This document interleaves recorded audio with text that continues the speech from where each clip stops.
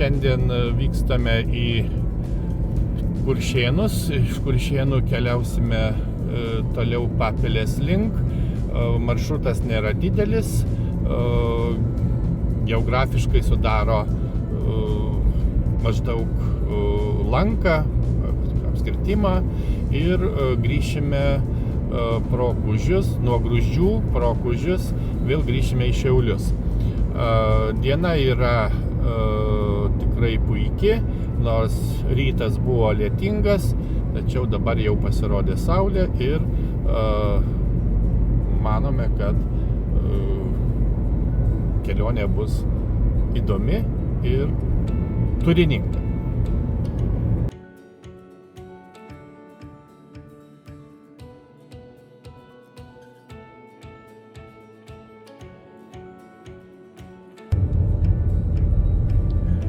Įvažiuojame į Kuršėnus, Kuršėnų miestą. Kuršėnai tai yra miestas Žemaitijoje, Šiaulių rajono savivaldybėje, maždaug 25 km vakarus nuo Šiaulių. Tai yra didžiausias Lietuvos miestas, kuris nėra savivaldybės centras. Tai tikrai įdomus faktas, mes jį paminėsime ir vėliau. Mieste yra daug įvairių ir įdomių objektų. Viena iš jų, aišku, Kuršėnų Švento Jono Krikštytojo bažnyčia, yra parkas, veikia Šiaulių rajono savivaldybės viešoji biblioteka, kultūros centras ir yra puikus parkas, ir kitų objektų. Be abejo, Kuršėnų vardas, miesto vardas yra susijęs su kuršiais, tačiau nėra tiksliai žinoma, ar jis kilęs, pavyzdžiui, tiesiogiai nuo kuršių genties vardo, ar nuo pavardės Kuršas, Kuršys, ar netgi Kuršėnas. Yra įvairių tokių hipotetinių prielaidų.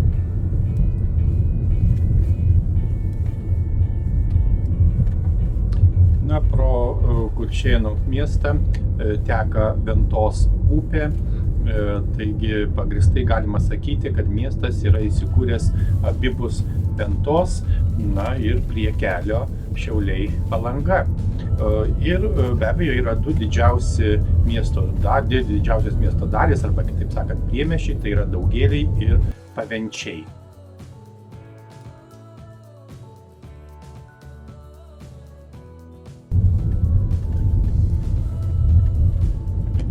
Keletą žodžių apie miesto istoriją. Miestas ir jo apylinkės, Kuršėnų apylinkės, įeina į senovės žemaičių genties gyvenamos teritorijos ribas. Ir anot istorijos šaltinių ir istorikų, Kuršėnai pirmą kartą minimi 12 amžiuje. O nuo 14 amžiaus čia Kuršėnuose buvo Lietuvos didžiosios kunigaikštystės dvaras. O 1561–63 metais Kuršėnai jau žinomi ir kaip miestelis. Taip pat Kuršėnai yra parapijos centras, Kuršėnų kaimiškoji seniūnija veikia. 2022 metų duomenimis Kuršėnuose buvo 10 815 gyventojų.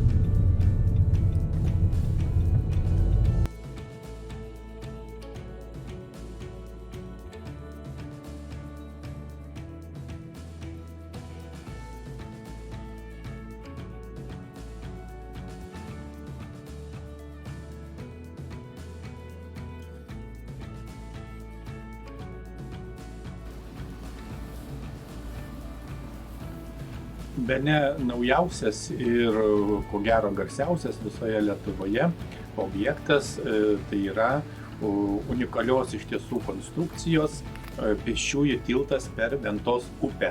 Ir mes šiuo metu kaip tik einame ne tiltu, tačiau palei tiltą link Ventos upės.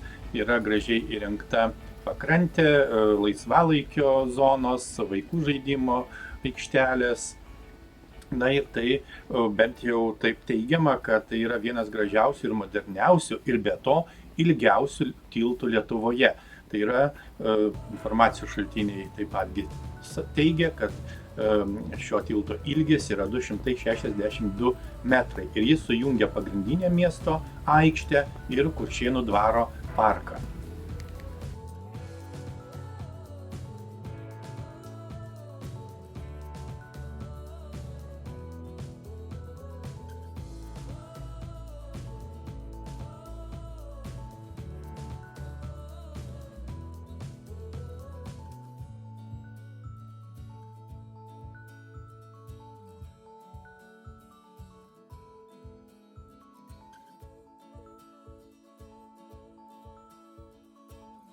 Puiki atrakcija, galima pasisupti ir sėdint, ir stovint Kuršėnuose po tiltu. Išties įspūdinga.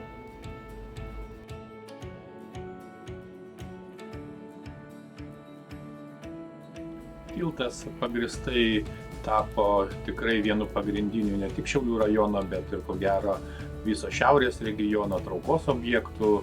Atvyksta nemažai žmonių, galima pasivaikščioti, pasigrožėti panoramomis, tiek Ventos upės, tiek Kuršėnų miesto panoramą. Na ir perėję šį tiltą mes galim nesunkiai pasiekti parką, kuriame yra Kuršėnų Gruževskių dvaro rūmai, Šiaulių rajono savivaldybės kultūros centras, senasis miesto parkas. Na ir kaip jau galim pastebėti, kad tilto išvaizda išties yra originali, bet ne tik, taip pat dar galima paminėti, kad tiltas, taip galima teigti, pasižymi ir interaktyviais bei išmaniais sprendimais, nes tilto apdaila sukurta iš specialios tokios medžiagos, kuri yra ilgaamžė, gana plačiai naudojama tiek pasaulio mastu, tiek Europos mastu architektų ir dizainerių. Kaip jau supratome, atvykome į Kuršėnus, esame Kuršėnuose. Tai yra didžiausias Lietuvos miestas, kuris nėra savivaldybės centras. Tai toks įdomus faktas. Tačiau yra netoli Šiaulių, apie 25 km nuo Šiaulių. Ir tai yra senas miestas, minimas pirmą kartą 12 amžiuje. Na ir mes tikimės aplankyti daug įdomių vietų, susipažinti su šio miestu išsamiau. Taip pat rekomenduotume visiems, kurie nėra buvę Kuršėnuose, taip pat esant galimybei aplankyti ir susipažinti su šiuo miestu.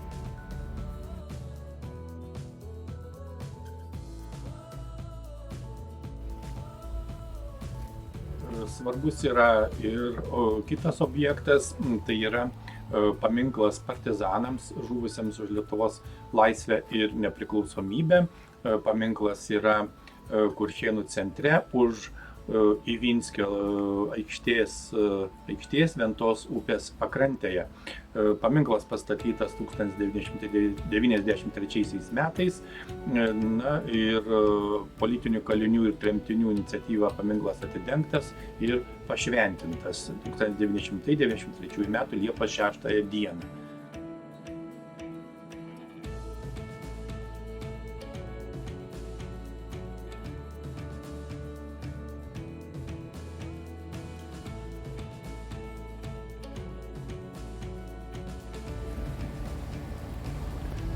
Kol keliaujame pėsčiųjų tiltų į kitą Ventos upės pusę, parko link, keletą žodžių būtina pasakyti, kuogi dar yra garsus arba įžymus Kuršėnai.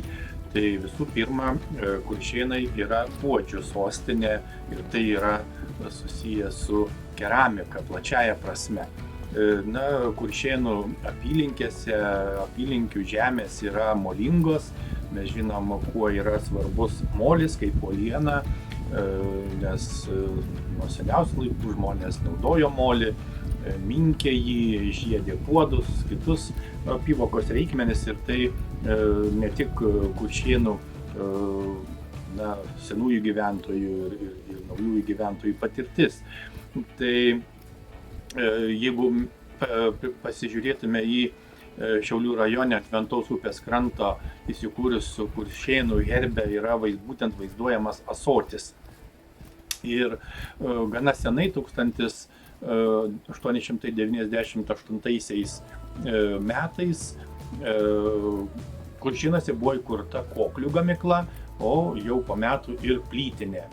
Na, o nepriklausomybės laikais veikė molinių indų dirbtuvė, na, vėliau sovietmečiu tam tikri keramikos gamybos cechai, galima apie tai iš tikrųjų plačiau pasiskaityti. Na, bet kuriuo atveju visoje Lietuvoje žinomi Kuršėnų ąsočiai, puodai, vazos, kitaip sakant, Kuršėnai garsėja kaip puodžių sostinė. Kitas svarbus dalykas, jeigu taip galima pasakyti, Kuršėnuose, tai yra garsusis Kuršėnų vyniotinis. Ir apie tai negalima nepasakyti. Daugiau negu pusę amžiaus gaminamas iš esmės išskirtinis desertas, varškės kepinys, nors jis gaminamas ir daugelį miestų ir mes galime rasti įvairiose parduotuvėse ir taip toliau. Tačiau tikrasis Kuršėnų vyniotinis būtent gaminamas tik Kuršėnuose. Ir jo autorė, recepto kūrėja Eugenija Dragūnienė tikrai šituo gaminiu, išskirtiniu gaminiu iš tiesų išgarsino Kuršėnus. Na ir galima rasti pačios įvairiausios informacijos, koks tai yra tradicinis Kuršėnų vyniotinis, koks yra jo receptas, kaip jį pagaminti, kad tai nėra sudėtinga, tai reikia žinoti nedaug dalykų ir nesuklysti gaminant, tačiau tai kita vertus tai nėra taip paprasta. Na, dar kitaip Kuršėnų vyniotinis vadinamas nostalgiškuoju vyniotiniu. Tai yra iš tiesų neabejotinas Kuršėnų simbolis.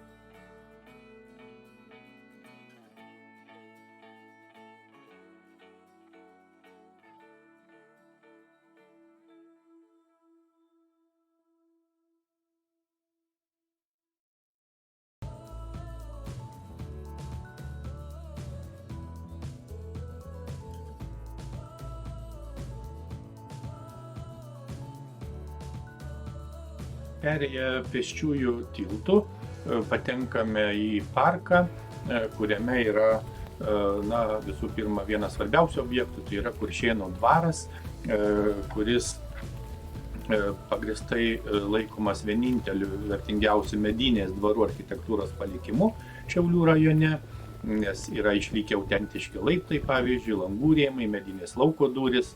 Na, istorija dvaro prasideda 1564 metais, kai Žygimantas Augustas šį dvarą atidavė Polocko pilininkui Jurgiui Despodzinovičiui.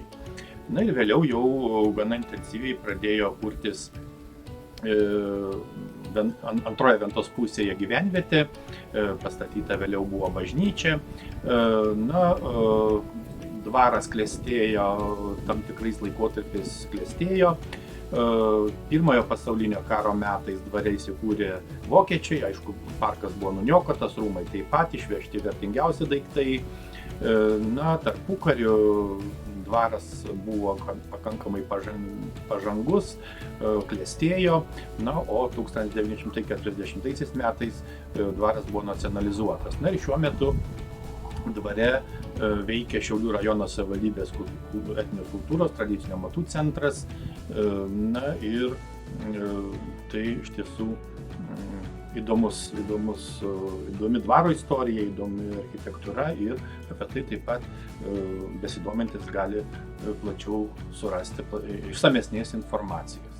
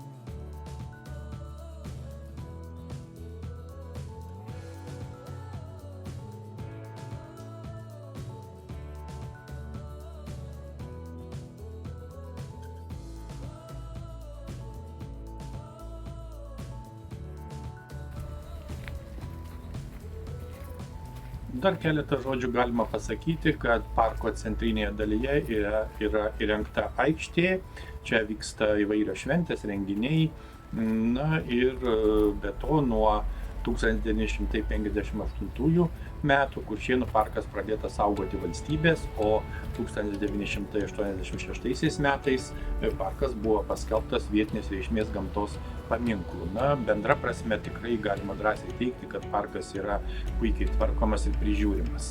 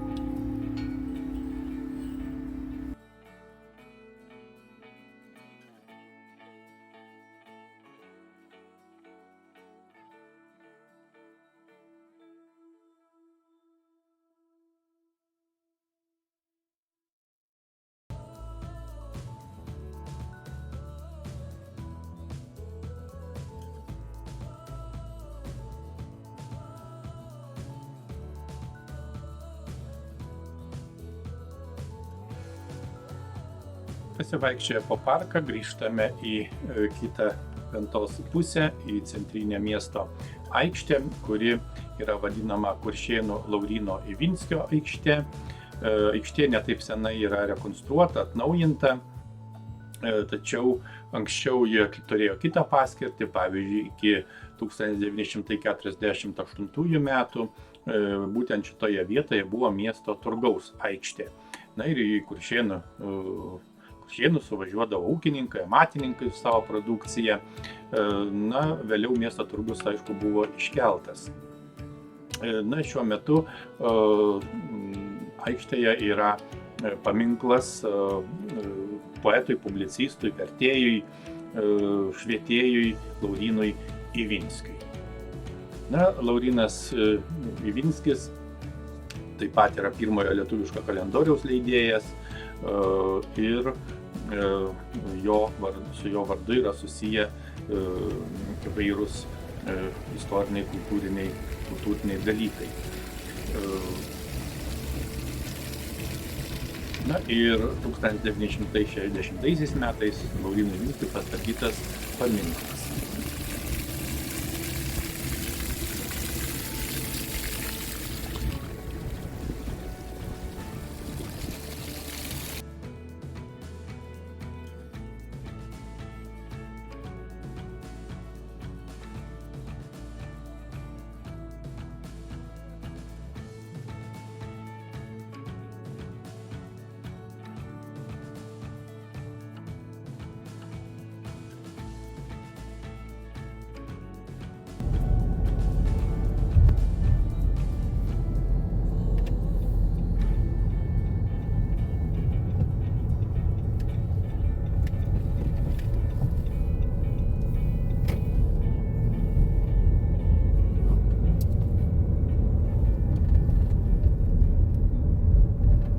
Pravartu paminėti ir trumpą etimologinį momentą, kad būtent liaudies etimologija sako, kad kažkada pievos buvo užpiltos lietaus, sugadinusios šieną, na ir subėgę žmonės šaukė, kur šienas, kur šienas. Ir taip žmonės, na, tarsi šaukė dėl to, kad kartą Venta nuplovė sugrėbtas, tvarkytą šieną. Na, taip bent pasakojama šitose apylinkėse. Na ir tai viena iš versijų, kaip pagal liaudies etimologiją būtent Kuršėnų vardo kilmės.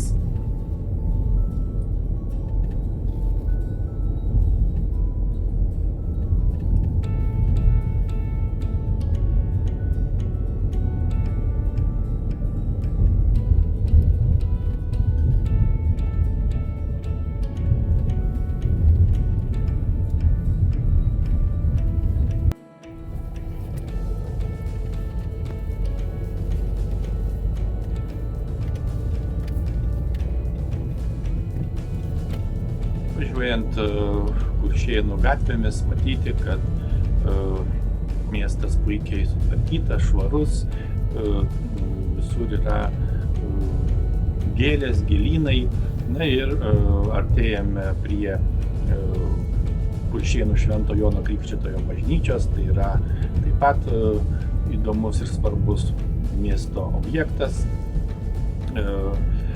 1831 metais buvo būtent prašyta leisti statyti naują bažnyčią, nes pirmoji koplyčia buvo, manoma, kad pirmoji koplyčia buvo pastatyta 1523 metais. Na, o dabartinė mūrinė bažnyčia, kurią čia matysime ir kurioje lankėmės, yra pastatyta 1927-1933 metais, būtent nepriklausomos Lietuvos laikotarpiu.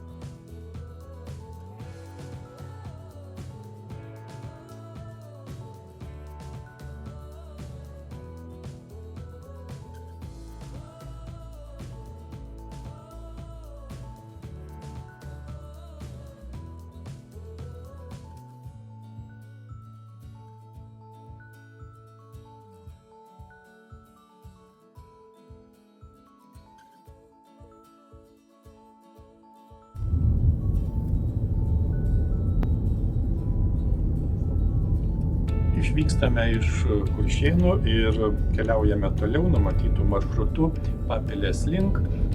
Dar keletą žodžių galima pasakyti, kad Kuršėnai, kaip minėjome, nuo seno garsėja podininkystės amatu ir Kuršėnuose taip pat yra keramikos muziejus, kurį tikrai pravartu aplankyti. Na, taip pat Kuršėnuose veikia Lauryno Ivinskio vardo gimnazija.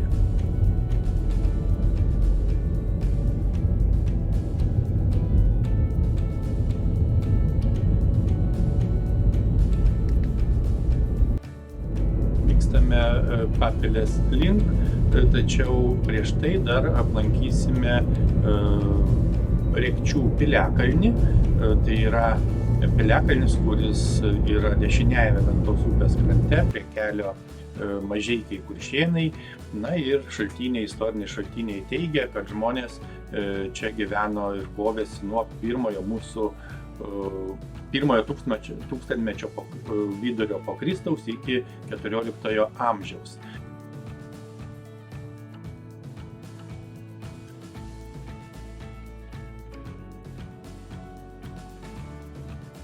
Piliakalnis įrengtas aukštumos kyšulyje, Ventos dešiniajame krante, ir aikštelė yra beveik apvali, maždaug 7 metrų ilgio šiaurės pietų kryptimi ir 6 metrų pločio, bei iš visų pusių yra apjuosta pylimų.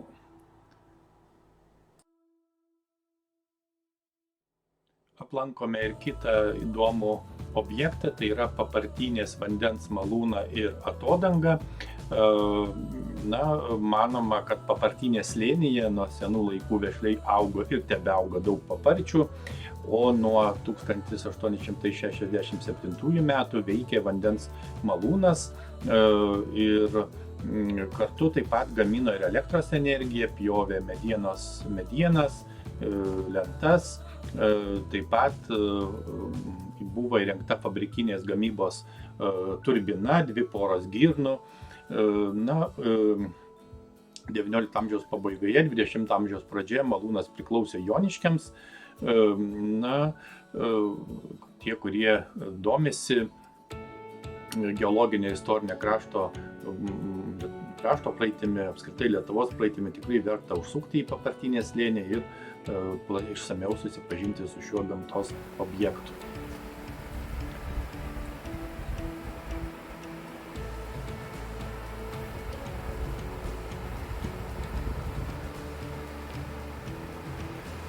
Po Antrojo pasaulinio karo malūnas veikė iki maždaug 1953 metų, na, o vėliau sovietinės valdžios buvo uždarytas, nes tipinė sovietų elgsena ir malūnas kaip toks nebeteko savo reikšmės.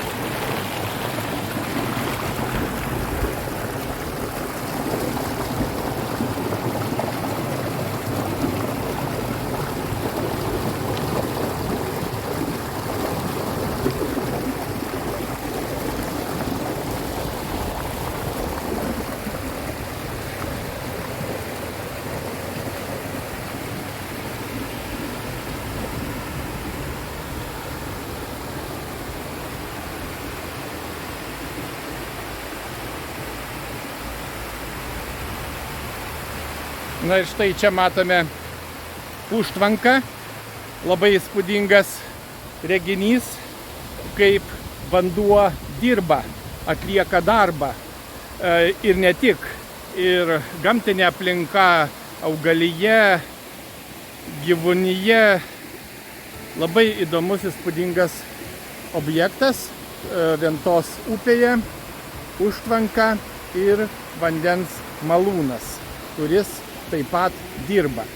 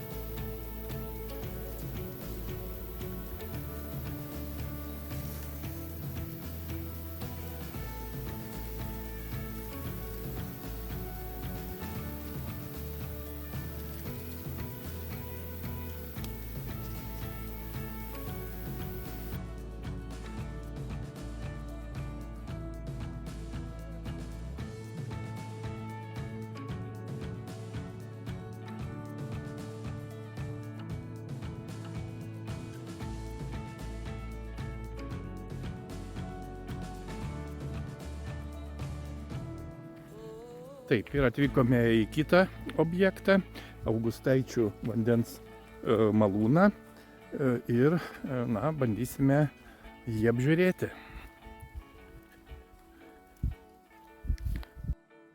Dabartinis Augustaičių vandens malūnas pastatytas 1932 metais. Na, šitas malūnas gana gerai išlikęs, matom raudonų plytų pastatas. Ir beje, kaip matėme informacinėme stende, Papelės apylinkėse Ventos upėje buvo net 6 vandens malūnai.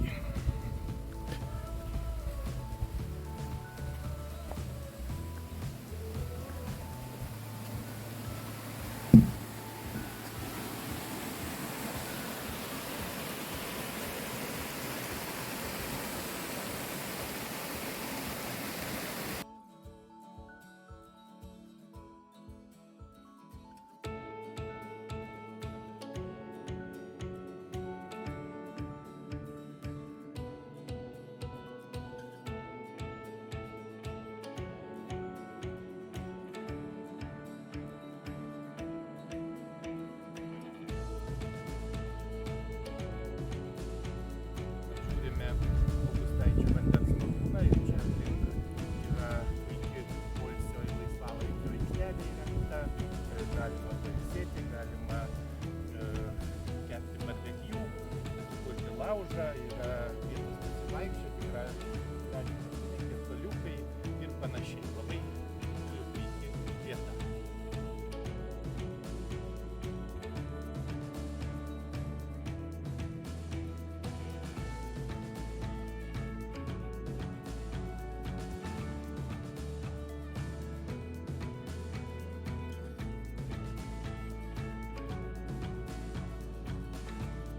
Tai matome labai įdomų aparatą, senovinį aparatą, kaip suprantu, jis buvo skirtas kažkokiems tai tikriausiai daržovėms ar runkeliams ar bulvėms pjaustyti ar kitiems pjaustyklė ir va taip reikia sukti ir pjausto.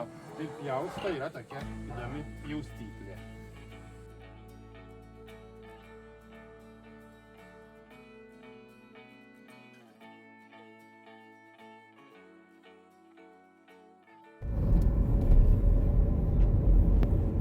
Atvykstame į Papelę, miestelį Akmenės rajono savivaldybės pietinėje dalyje, šalia kelio Kuršėnai Mažeikiai. Na ir Papelė įsikūrusi Ventos regioniniame parke, tai yra seniūnijos ir taip pat seniūnaitijos centras. Na ir tai iš tiesų įdomus istorinis miestelis, kurį verta aplankyti. Miestelio vardas yra kildinamas iš žodžio Papelė, tai reiškia vieta prie pilies arba palei pilį.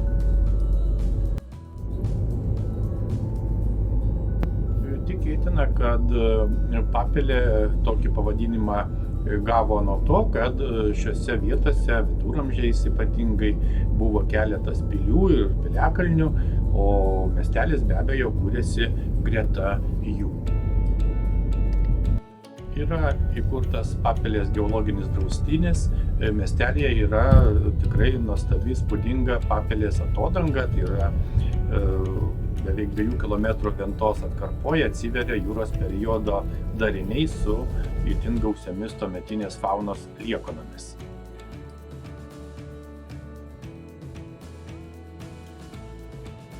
Na, kaip tik laiptais leidžiamės į Ventos pakrantę ir keliausime apžiūrėti atodangos. Na, tai yra jūros periodo uolienų atodanga. Ir įdomus faktas tai, kad pavyzdžiui kitur Europoje tokios uolienos glūdi 60-300 metrų gylyje ir tik Papelės apylinkėse atsiveria žemės paviršiuje. Na ir gausu to laikotarpio smulkių gyvūnų liekanų, kurios, kaip žinome, vadinamos fosilijomis.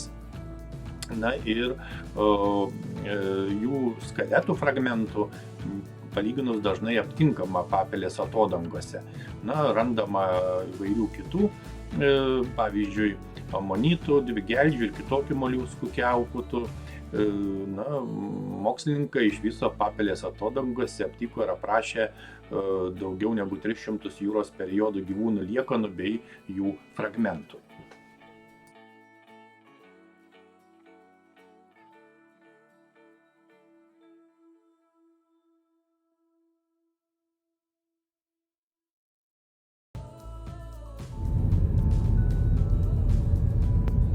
Toliau susipažįstame su Papile ir vykstame link kitoje pusėje, link Jūrakalnio apžvalgos bokšto. Tai yra 15 metrų aukščio bokštas, nuo kurio atsiveria įspūdingas vaizdas į Ventos kraštovaizdžio draustinį, Papilės miestelį, Daubiškio kaimą, Ventos upės vingius, Jūrakalnio geologinę atodangą, Papilės piliakalnius.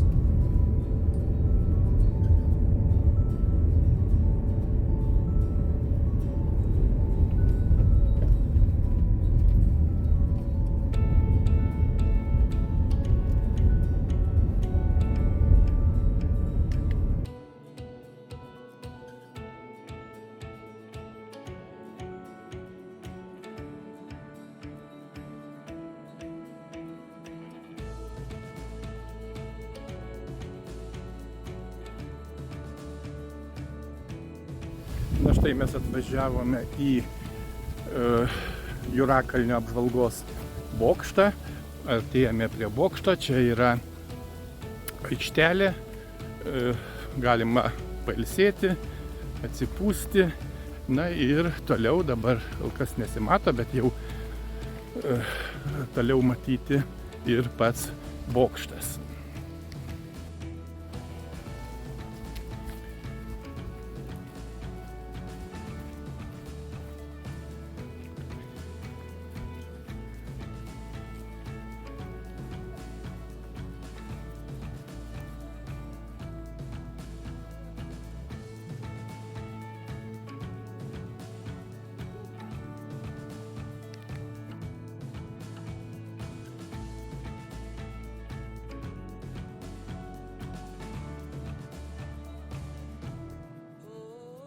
Esame Jūrakalnio apžvalgos bokšte, vėjuota, o aukštai tai vėjas dar didesnis ir netoli matosi maždaug 1 kilometras Papilės miestelio panorama.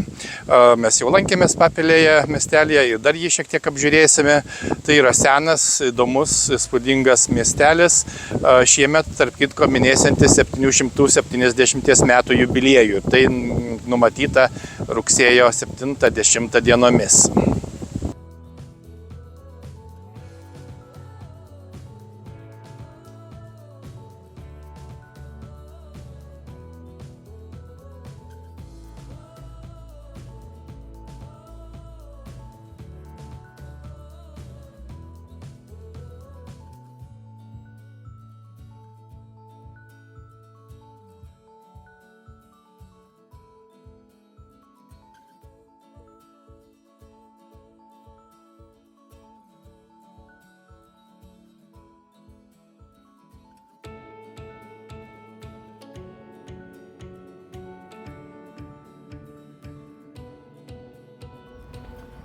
Apžiūrime centrinę miestelio aikštę, kurios pagrindinis akcentas yra skulptūra Simonui Daukantui.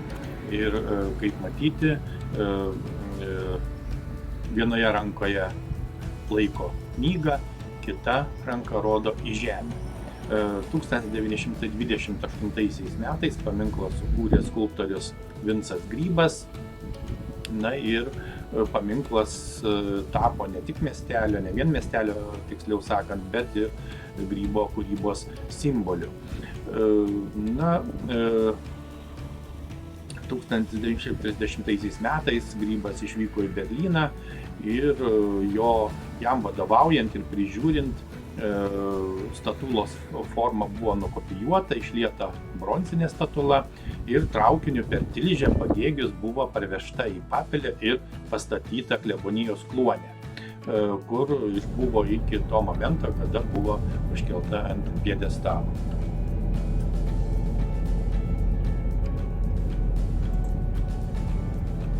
Toliau važiuojame link bažnyčios, tai yra Papilės Švento Juozapo bažnyčia ir taip pat ją apžiūrėsime.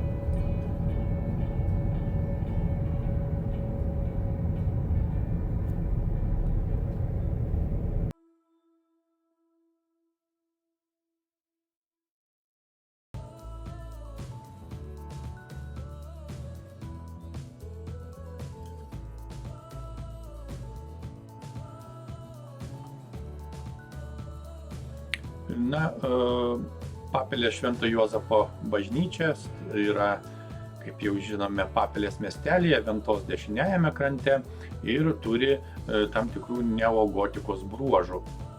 Vyskupas Motiejus Valančius beje rašė, jog pirmoji bažnyčia Papilėje pastatyta 1493 metais. Būtent tais metais, kai Papilės dvaras atiteko žemaičių vyskupų valdomai Luokiai. Na, yra kitų istorinių spėjimų, kad jau koplyčia Pilies kalne galėjo būti pastatyta jau Vytauto Jogailos laikais. Na, bet tai yra tokie, nėra pilnai pagristi faktai.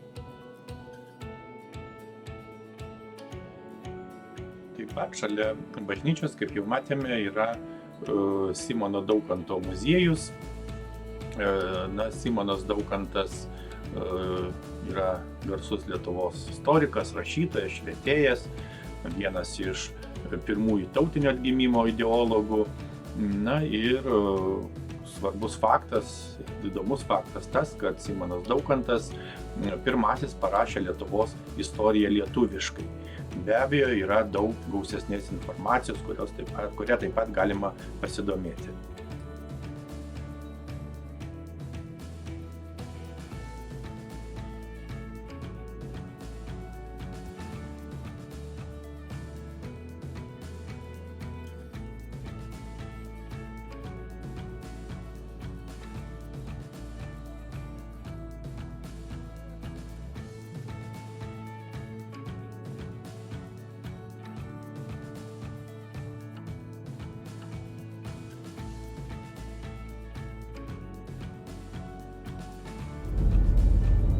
Bent šiek tiek apžiūrėję Papilę, keliaujame toliau Žarėnų ir Šakynos link. Na ir tikimės, kad šioje maršruto dalyje taip pat pamatysime gana įdomių dalykų. Toliau važiuojame pro Draginių kaimą ir vėliau Kinkių kaimą, tai yra iš esmės du kaimai, Kinkiai 1, Kinkiai 2, apie 10 km į rytus nuo Papilės.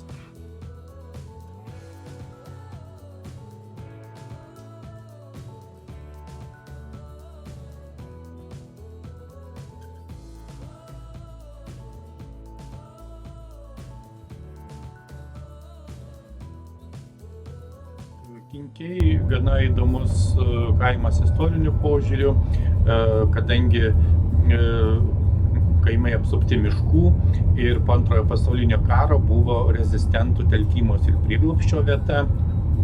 Ir Kinkių miške 1946 metais įvyko partizanų kautynės su sovietiniais saugumiečiais ir kariuomenė, jose žuvo 10 partizanų.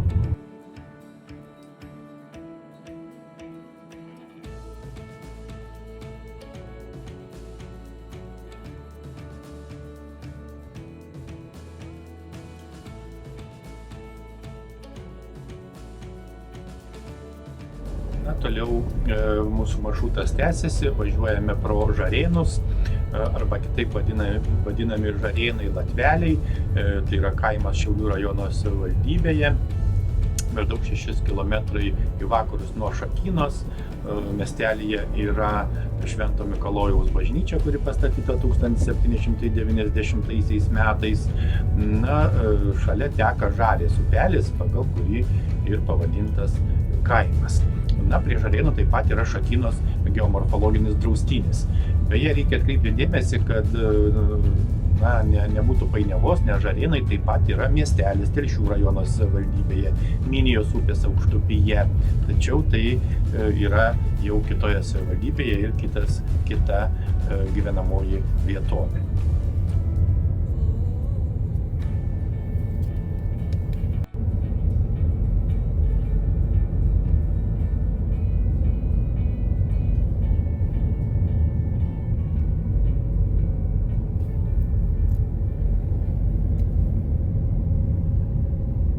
Toliau tęsiame maršrutą, pravažiavę Žarėnus, keliaujame Šakynos link. Na, kaip jau minėjome, čia yra Šakynos geomorfologinio draustinio teritorija, tai yra saugoma gamtos teritorija, valstybinis draustinis Šiaulių rajone tarp Šakynos ir Žarėnų. Įsteigtas 1992 metais.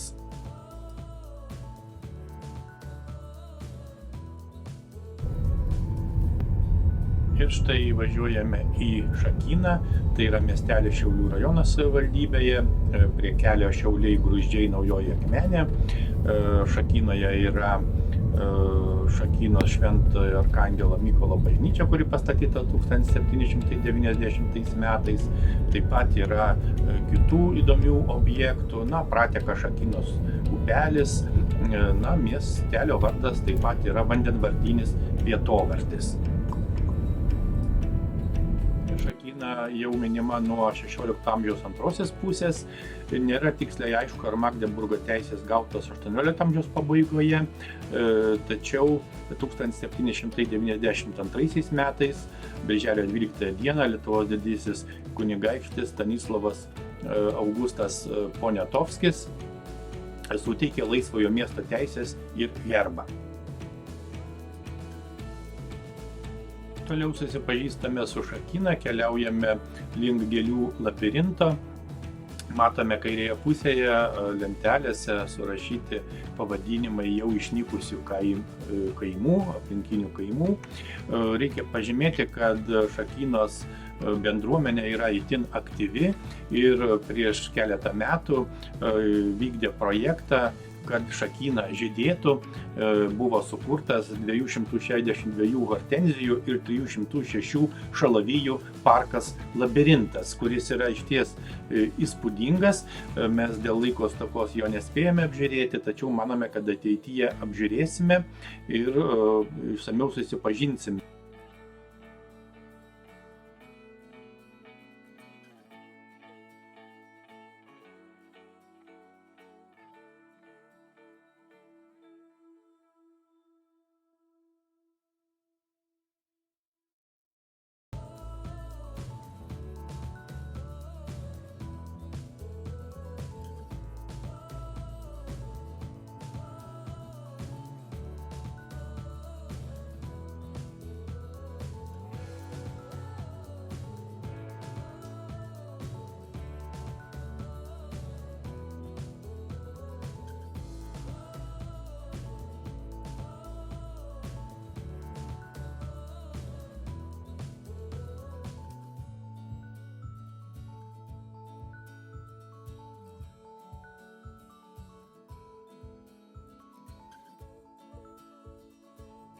Atvykstame į Gruzdžius, tai yra miestelis Šiaulių rajono savivaldybėje, į vakarus nuo kelio Šiauliai Gruzdžiai Naujoji Akmenė.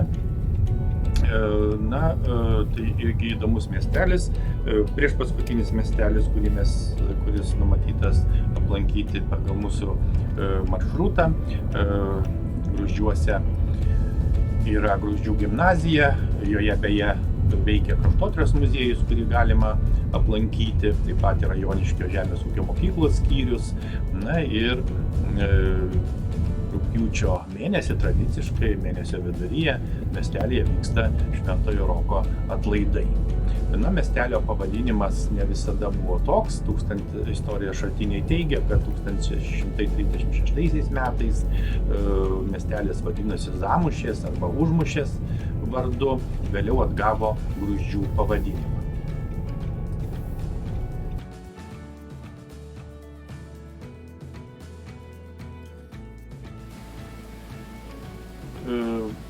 Miestelio centrinėje aikštėje stovi Gruzdžių švenčiausios trejybės bažnyčia, tai yra architektūros paminklas. Istorijos šaltiniai teigia, kad Kristupas Gruzdys 1636 metais pastatė evangelikų reformatų bažnyčią, kuri 1653 metais atiteko katalikams. Bažnyčia yra neogotikinė, kryžminio plano, dvibokštė, ir šventoriaus tvora mūrinė su nišomis. Prie tvoros įrengtos kryžiaus kelio stočių koplytėlės.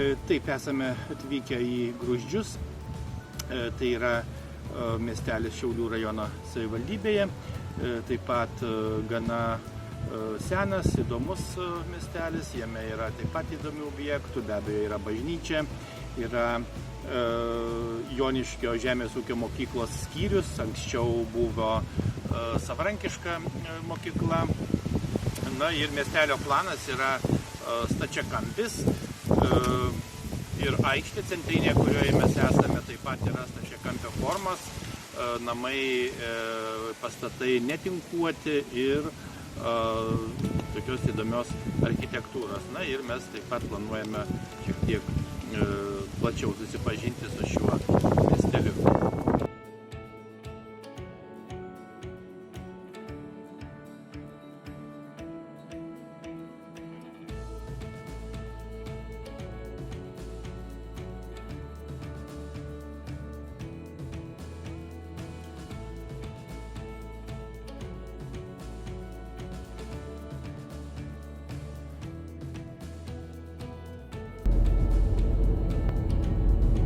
Apžiūrėję Gruzdžius vykstame link Užių, tai yra paskutinis miestelis, mūsų maršrutė, kurį ketiname trumpai aplankyti.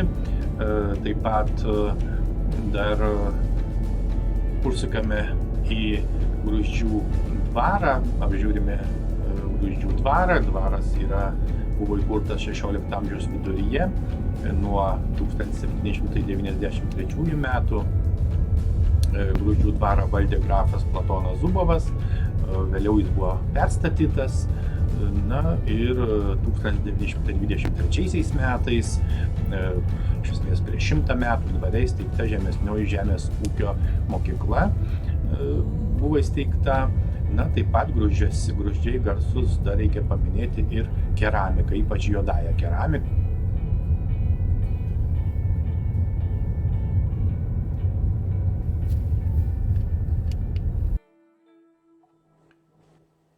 Vėliau pravažiuojame Lygudus. Lyguda yra kaimas Šiaulių rajono savivaldybėje šiaurinėje dalyje, maždaug 17 km nuo Šiaulių, ir pasiekiame Verbūnus.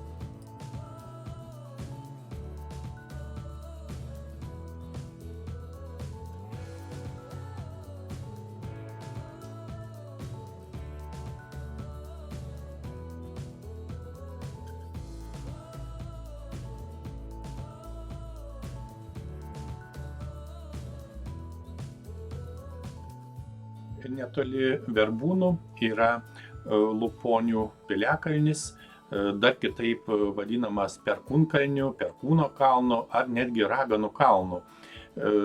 Na, yra Luponių kaime, Kužių seniūnijoje. Na, piliakalnis yra įrengtas atskiroje kalvoje. Piliakalnio šiaurės rytų, pietryčių ir pietvakarių šlaitai yra statūs, net iki 10 metrų aukščio. Na, duomenų istorinėje literatūroje apie piliakalnį praktiškai nėra. Tiesiog spėjama, kad iki 14 amžiaus čia stovėjo viena iš Šiaulių žemės pilių, medinė pilis, buvusi vietos gyventojams slėptuve tarpusavio kovose ir kovose su kryžiuočiais. Na, istorikų nuomonė, Luponių pilis buvo viena iš pagrindinių pilių Šiaurės Lietuvos gynybos sistemoje kare su kryžiuočiais. Be abejo, Luponių piliakalnis yra archeologinis objektas, saugomas objektas, tačiau tikrai verta jį apžiūrėti.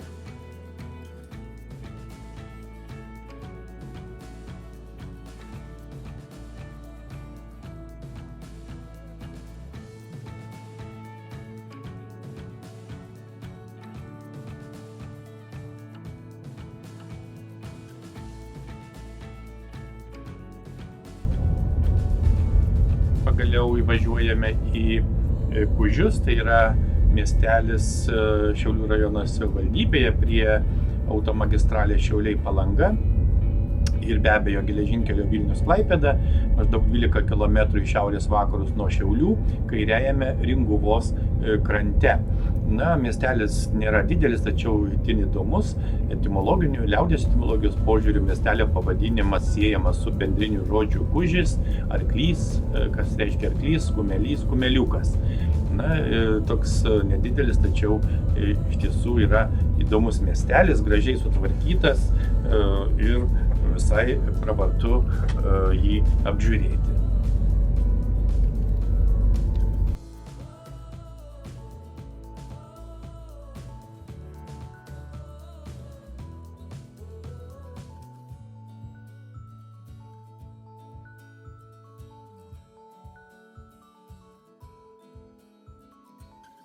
Na, Kužiuose taip pat yra bažnyčia, Švenčiausios Mergelės Marijos Gimimo bažnyčia, pastatyta 1946 metais. Na, taip pat jau, kaip minėjome, į šiaurės rytus nuo Kužių yra Loponių piliakalnis. Na, Kužiai taip pat yra pakankamai senas miestelis, Kužiai yra minimi nuo 17 amžiaus pradžios.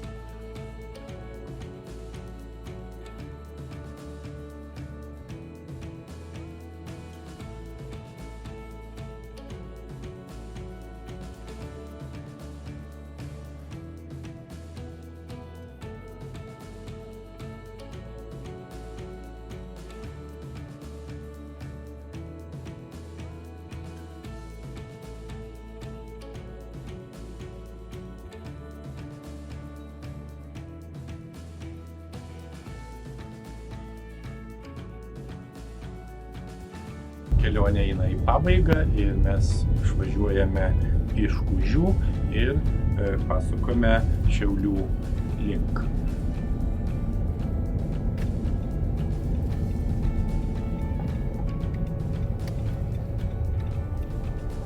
Grįžtame į Šiaulius.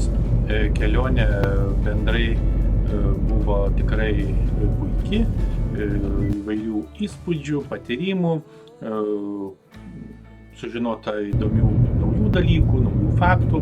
Be abejo, kaip visada, ne viską buvo įmanoma apžiūrėti, ne su viskuo susipažinti, tam reikia kur kas daugiau laiko, tačiau tai bus turbūt įmanoma padaryti ateityje.